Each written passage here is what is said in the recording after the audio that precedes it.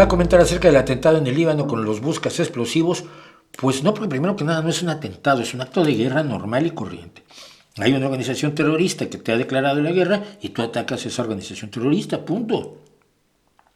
Digo, yo sé que por las acciones de Israel la gente está en una actitud muy negativa y se entiende contra Israel y se aplaude porque lo que está haciendo Israel en Palestina, no en Palestina, en la Franja de Gaza concretamente, en este momento es absolutamente inaceptable, es un crimen contra la humanidad, es un crimen de guerra y espero que algún día alguien vaya ante un tribunal internacional por lo que está pasando en la Franja de Gaza. Esto, sin duda alguna, es una tragedia humanitaria de primer orden y es una barbaridad que el ejército israelí lo esté cometiendo.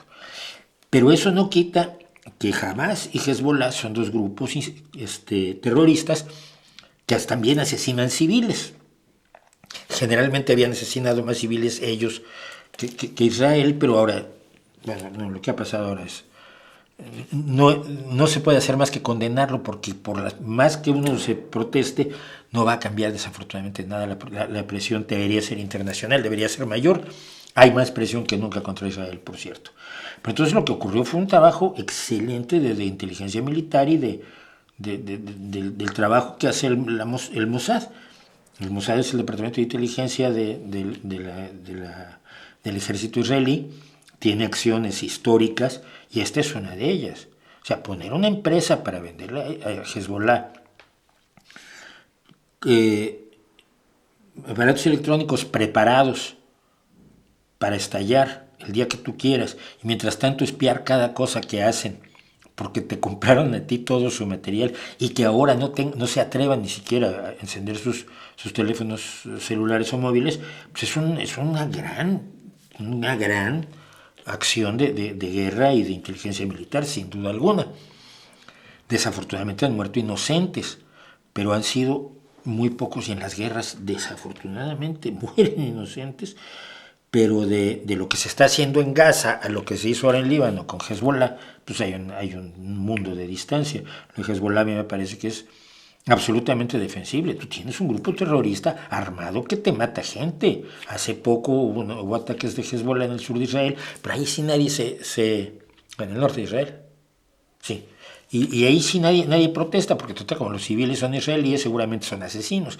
Y esta también es una visión un poco excesivamente maniqueísta, ¿no?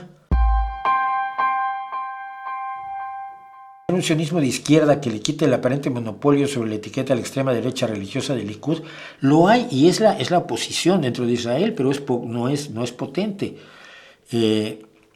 Sionismo de izquierda es el sionismo. Primero que nada, el sionismo siempre tiene un problema, es nacionalismo, y todo nacionalismo es despreciable, y todo nacionalismo es tóxico, y todo nacionalismo es maligno, porque establece que los míos son mejor que los demás. He hablado amplísimamente en contra del nacionalismo constantemente aquí, y los nacionalistas de izquierda y derecha se enojan conmigo. Entonces, ¿hay un nacionalismo de izquierda? Pues sí, porque tiene algunas políticas de izquierda, pero no es internacionalista, ni es igualitario. No cumple con algunos de los elementos que uno considera fundamentales de la izquierda. Todos somos iguales. Pero dentro de eso, el sionismo tenía raíces en la izquierda también, y muchos de los proyectos sionistas como los kibbutz pues eran de izquierda, o aparentemente izquierda, comunales, comunitarios, etc. Yo creo que hay gente de izquierda que sigue siendo nacionalista en israelí, como hay gente de izquierda que es nacionalista catalana, o nacionalista vasca, o nacionalista española, que puede ser un contrapeso. No sé qué potencia pueden tener ahora en Israel, pero siguen siendo la izquierda que menos me gusta a mí por lo pronto.